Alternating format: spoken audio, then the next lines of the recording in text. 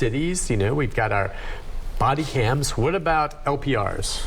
That's up tonight on a public hearing. Okay. The way this was set up was that there had to be a public hearing on before we could actually implement a program.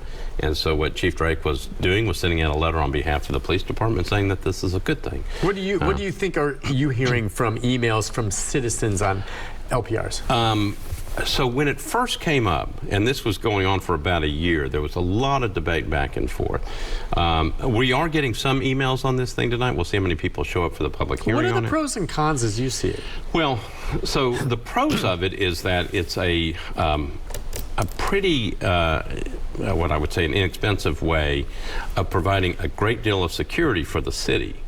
You don't need as many, you don't need police officers trying to race around and trying to check license plates. If you're looking for a car, either for some type of serious offense, you've got a license plate of somebody who has committed some type of violent crime, and you're looking for that car. If you've got a silver alert, which is, obviously an older individual that has gone missing, and you've got a license plate, or if you've got an amber alert, because obviously when you drive down the roads, the interstate, you see, you're looking for, a certain type of car with a license plate. It's like, how am I going to figure out which is the plate? License plate readers can quickly figure out where those cars are. I think all our surrounding counties have them. We don't. Yep. Seems like every other day the city of Mount Juliet is reporting a stolen car recovered because of an LPR or a silver alert. We found this individual's vehicle, something like. What are the cons? The cons are that people think that you can take it's like big government looking at everybody. It's kind of like some people did not like the red light cameras. Right. Okay, maybe along those same lines, just more cameras everywhere. Well, so if I want to know where you're going, if you have to leave the station, you go to I don't know, some place that you don't really want to be. But if I have a license plate reader, people believe that I can track you and I can say where you're going. Well, you probably could if you wanted to punch in. Where's Nick Beres? Here's his plate. Let's watch for it and see where his car goes. Well, and the other thing is that some people believe that big government can then start chasing after other people. If we want to look for people who are immigrants, we can do it that way. All kinds of different things. So you can come up with scenarios, and obviously we're in the middle in this country, we're in this world of all kinds of theories, and people can say different things. The question is, are there restrictions in place that say you can use these things for these specific reasons only, and that's it? There you go. And that's what's supposed to be in place. Now, some people say, well, that's, in theory, people can then go a little further and start trying to track people that they want to go find, an ex-wife or something like that. We have to have safeguards in place. I agree with that. But I think we'll see what happens tonight. But again, what the chief was trying to say was, this is a tool to go after specific people that we're looking for. And, I know that during one of the discussions on this, the DA's office came in and talked about the Caitlin Kaufman situation, which is still really goes to trial in January. Yeah, hurtful situation. Meaning that had they had a license plate, I don't know on that one. What did they say about that? Well, I think the idea was, that was on an interstate, so it would have been a little different. Yeah, but were they searching? Because I know the issue was that she was shot. She pulled to the shoulder of the road and had been by the shoulder for more than 6 hours before we realized that she managed to make it safely to the side, and then she died before she could call 911. Right. So the car sat there with her body in it for about 6 hours before finally an officer went to check on this vehicle. I guess the question would be, if you had video, you might have been able to figure out what happened. And you might have been able to figure out the license plate. So I guess I should know this also. Maybe you do. How do those cameras, where are they set up typically? Are they license plate cameras? I think they're typically on telephone poles. Telephone poles or something? And they go on and they're positioned in such a way to hit the license plate, but they also can get the car as well? Well, I think they're designed to get the license plate, but in that situation, you might have been able to go back and I mean, obviously there was police involvement in... Well, we know there's TDOT cameras on interstates and everything like that. Right. I don't know all the details of all these things. All I know is that particularly if you're looking, let's say you're looking for somebody, an Amber Alert. You're looking for a car that has a child that's been taken. you want to quickly find that child. Right. And so what you're doing is you're looking for a specific license plate, and those things can track you down pretty quickly, is what I understand. And so it's a much faster way than us just trying to drive around and have people looking for that car. You got people looking for it as well. I think the chief too sees this as another way to take some of the pressure off of staff. I did a story yesterday where I talked to both the sheriff and Metro PD and the FOP about the shortage. Right now, I think, according to Metro Police, they're about 190 officers down from what they'd like to be, okay? And they're having a real problem recruiting, you know? It's more difficult. The sheriff paying $35 an hour, and you can work on any hours you want, you know, 1 or 2 days a week, part-time. And correctional officers, he's filled his quota. He's doing well. I mean, he'd like to do better, but he's done well. The difference is FOP says they don't think they could hire part-time law enforcement officers because of some of the duties they deal with that maybe correctional officers don't. It's a little more detailed.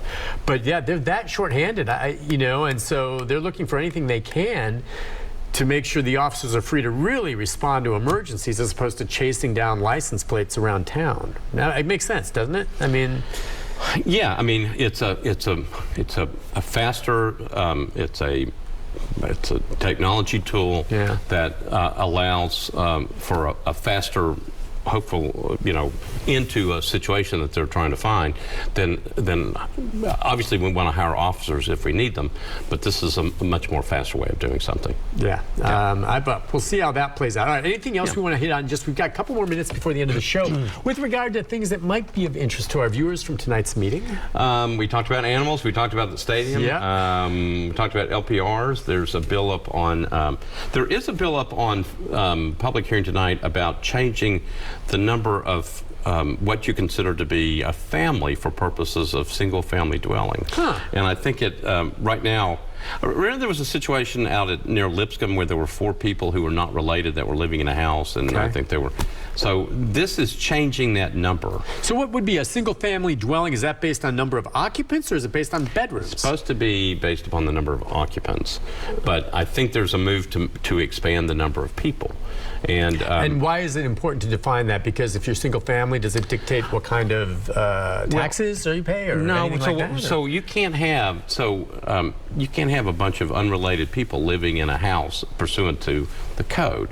I think that's what got the attention of Lipscomb when there was I think there were 4 individual women living in a house, and they're unrelated. Yeah, but that's kind of college life. I mean, I'm renting a house and having 4 roommates, and we all... Somebody turned them in, and I don't know who did it, but codes went out there and said, I think you can only have 3 people that are not related to you living in this house. Unless it's zoned for an apartment or something, Unless it's zoned for something else or whatever. Interesting. So there's a bill up tonight to talk about it. So which could expand that a bit. Yeah. Now, maybe those rules are in place. I mean, we know that there are sometimes homes where, out where I live, I swear, I see some homes that are smaller where I think 15 people are living in there. You know, it's just, who knows, family, kids, whatever. I don't know how they pull it off, but it depends on where you live, whether you're allowed to have that many. I mean, it's your property, right? Well, but it's also how the zoning stuff works, and we have we have something in the code. Well, it makes sense if you have that many in one place. I can see how a neighborhood might not like it, because that means there's a bunch of cars, there's individuals, other things that come with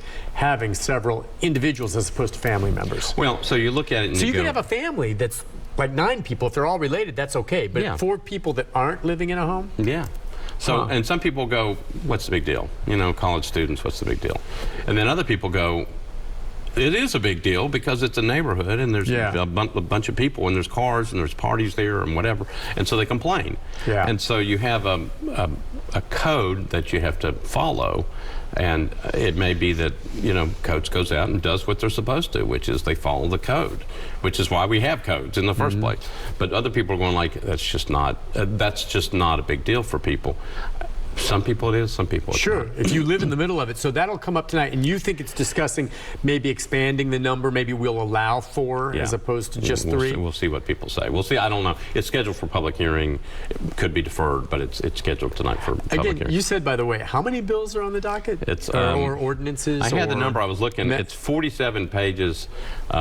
I forget how many pages of bills on first reading or on public hearing that we have to get to. I'm just curious, and there's got to be dozens and dozens and dozens every year. How many actually come to fruition?